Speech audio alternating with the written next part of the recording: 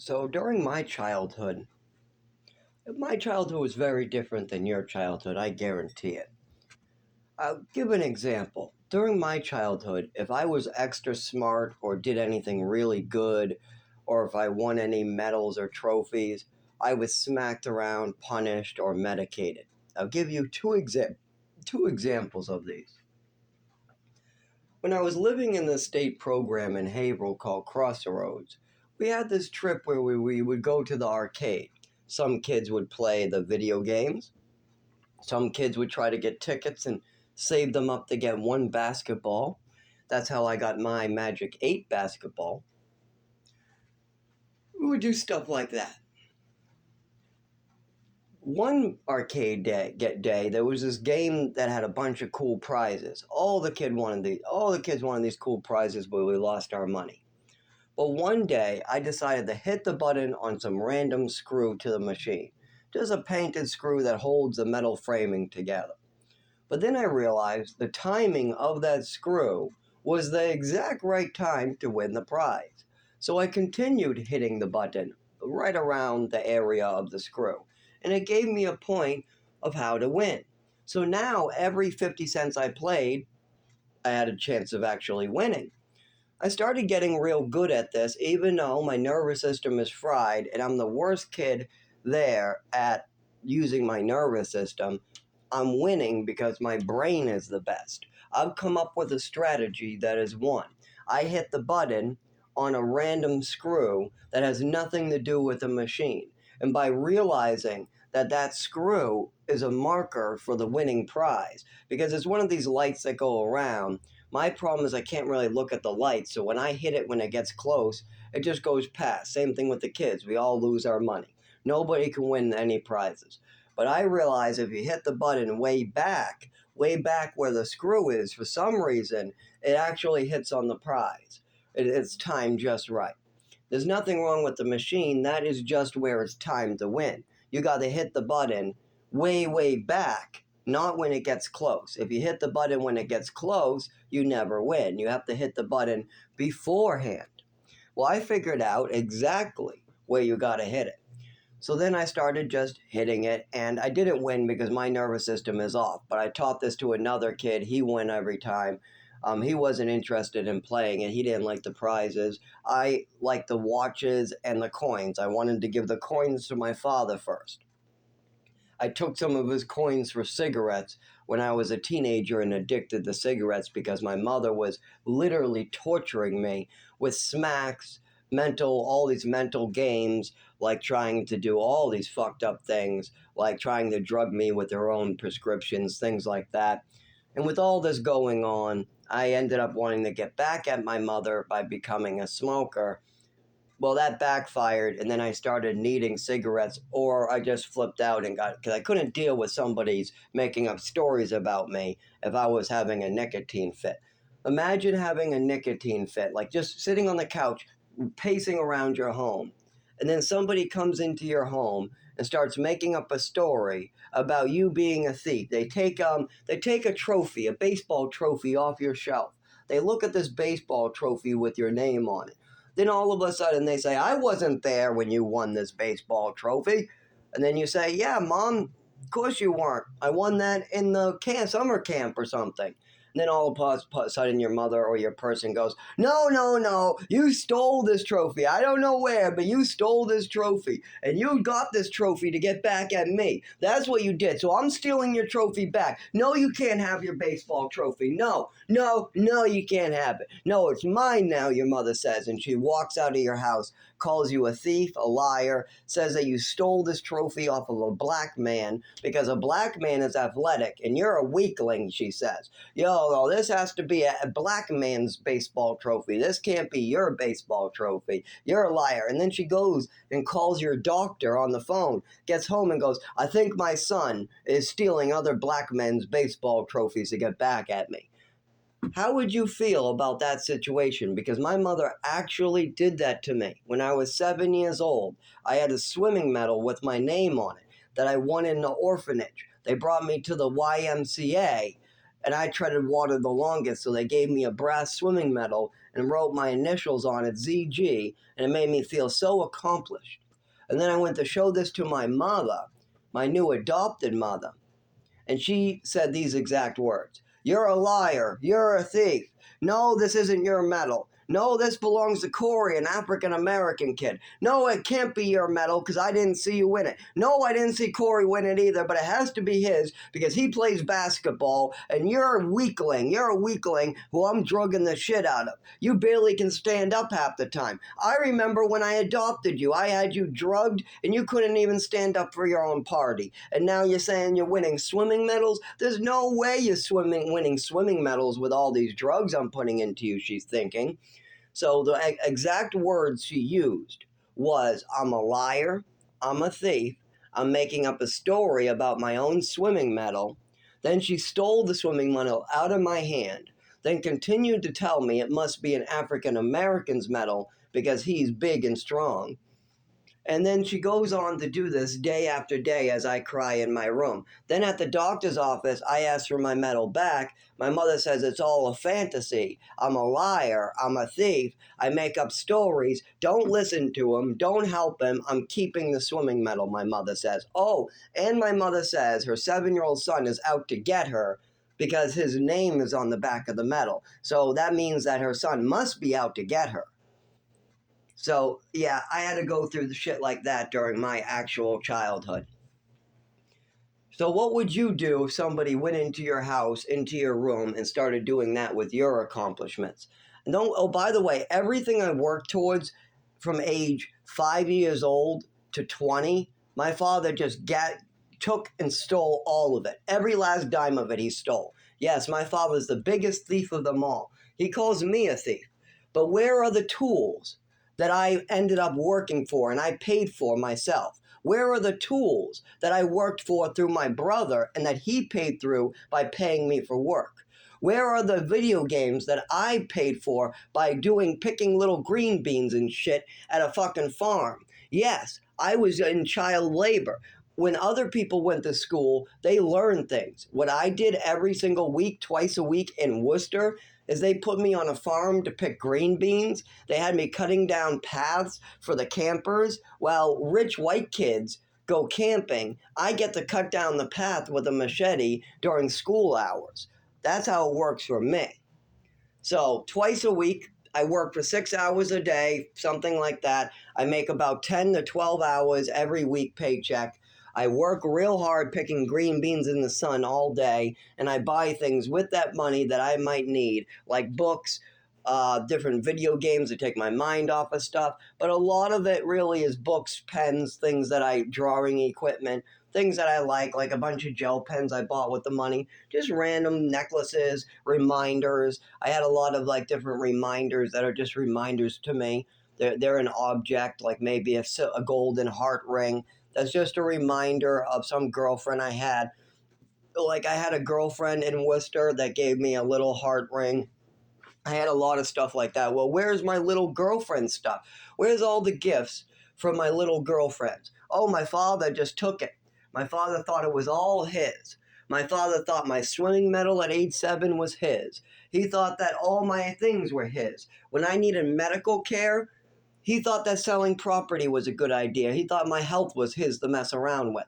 He thought that when his wife is smacking me in the back seat, or when his wife is pulling me into another room to hit me with a fucking metal ruler to send a message to your other son, and terrifying your grandson who never wants to visit because he's terrified at what's going on. He thinks that I'm nuts, and he thinks your mother's nuts, and my mother's nuts, and he's horrified. But he likes hanging out with me, but he thinks I'm a little nutty, and he knows I'm taking all these pills. And my own nephew, 3 years younger than me, is above me. He makes fun of me. Why is he above me? Because I ended up losing 4 years of my childhood thanks to this mother. Yes, New Mexico, 18 months, gone. Maine, 1 whole 6-month period, gone. Redoing first grade, gone.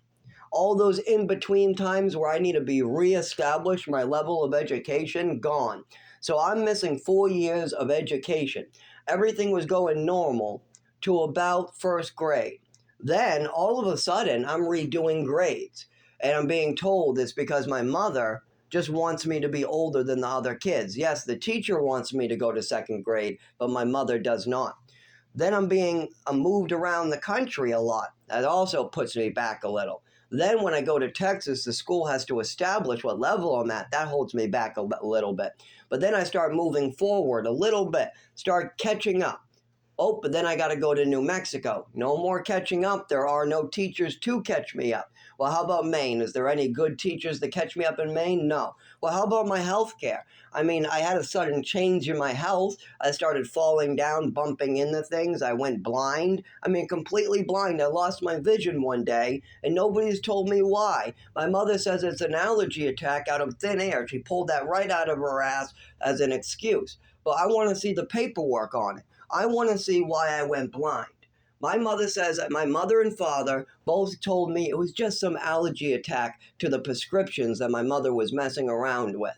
Well, I want to see the paperwork on that. If you're going to make me go blind, did you do this to your other children too? Did Tim have to go blind at age 7? Did Seth have to go blind? Or am I the only one being forced to go blind at age 7? And then when I mention it at the doctor's office, my mother admits it and calls it an allergy attack. Well, I want to know what this allergy attack is. I want to know more about this allergy attack that my mother and father say that made me go blind. I want to know about this blindness. I want to know more about this, seeing as I lost the ability to feel my nervous system properly that same day. So seeing as that same day I lost the ability to use my nervous system and I went blind, I want to know what the fuck that is. Is that too much to ask? That I want my health? I want to be a healthy little boy? Now I want to be a healthy adult? Is that too much to ask? That during childhood, a child should be a healthy child? And is it too much to ask for that adult to be a healthy adult?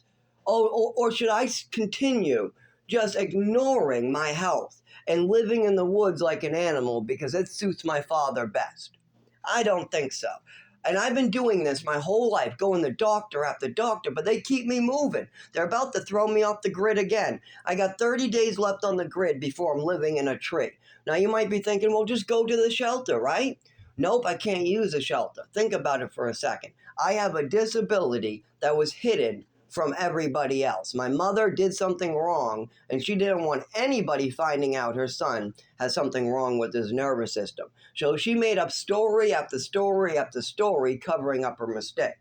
So when I go into a shelter today, and that I end up having some type of shakes, and tomorrow morning I'm not able to use my legs for at least an hour or two, and then they start complaining, well, you can't use your legs? Get up out of that bed already and get to the shower, Then it takes me an hour or so to really walk down those flight of stairs.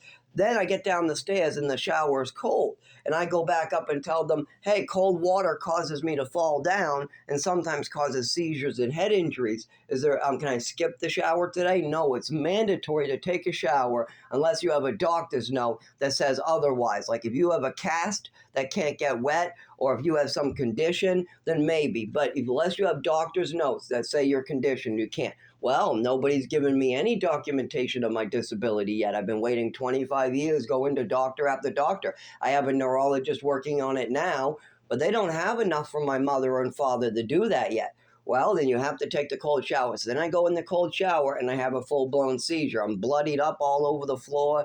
They call an ambulance. They bring me to the hospital. The ambulance diagnoses a seizure. They say it's from whatever my pre-existing condition is, and they release me. Even though that's if I'm lucky, they tell me that. They might just release me with no paperwork whatsoever because of my mother's and father's storytelling. When you have a mother and father like mine, trying to make up stories about mental illnesses that do not exist, it makes it hard for other doctors to try to diagnose a neurological disorder in the nervous system.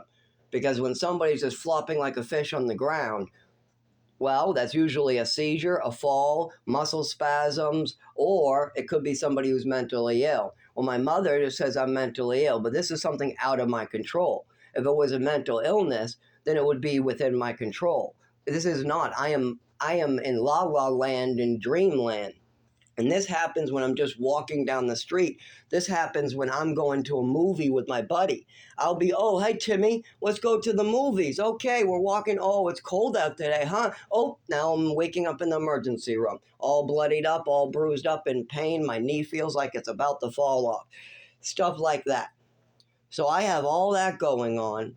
And every time I go to the doctors, it's even harder and harder and harder to get it established every time I get more injuries. Because as I get more head injuries, it becomes harder and harder to speak and walk. And I don't drive because I keep other people's safety in mind. I don't want anybody else to have to suffer because of a choice I made. I will definitely burn in hell if I chose to drive and some single mother out there lost her child and lost her leg and had to suffer for the rest of her life just because I chose to drive while knowing that there's something wrong with my hands and arms. Meanwhile, my father's like, no, go drive, kill some people. Yes, I have no conscience. Yeah, get in that car. Oh, no, I'm too afraid to drive with you. But everybody else can die, and we're okay with that. Yeah, fucking kill everybody. Yeah, Zach, kill everybody. We don't care. No, yeah, get behind that wheel and have a seizure, and we hope you die, and the other people die, and everybody dies, and that has nothing to do with us. No, we just because we poisoned you during childhood and we're the start of all this doesn't mean that if you drive and get killed and kill somebody else that we have any responsibility in this. No, we're angels. My mother and father are responsibility free. That's what they are. That's their slogan. We're a responsibility free zone. Anything we do is perfect. Yes, we accidentally slipped our child some pills and he's hurting for 25 years. That never happened because we're a responsibility free zone. And I don't know if you can see this, but I'm trying to do a rainbow motion with my hand as I say responsibility free zone. You know, like a banner. Okay, my father drinks and drives? No, he doesn't do that. Even though he has alcohol in his body, even though he's behind the wheel. No, that he never drinks and drives because he's a responsibility-free zone. His second wife was acting nutty, mentally ill, and was an alcoholic? Never, because he's a responsibility-free zone. Well, how would my father know his second wife was an alcoholic? Well, maybe because she was dying of liver failure. She was in the emergency room. She begged to go home just to drink a martini and then came back to the emergency room.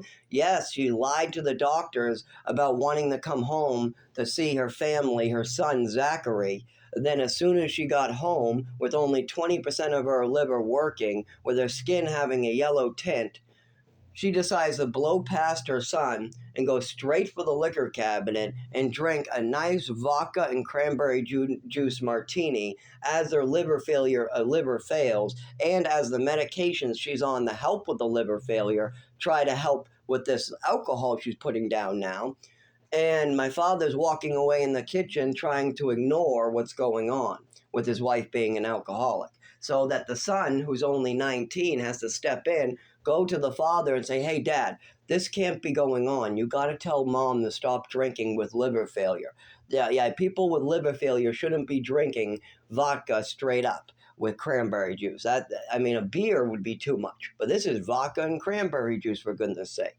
Her liver definitely can't process that. And might say it's not my place to speak on this, but it is actually. I'm the son.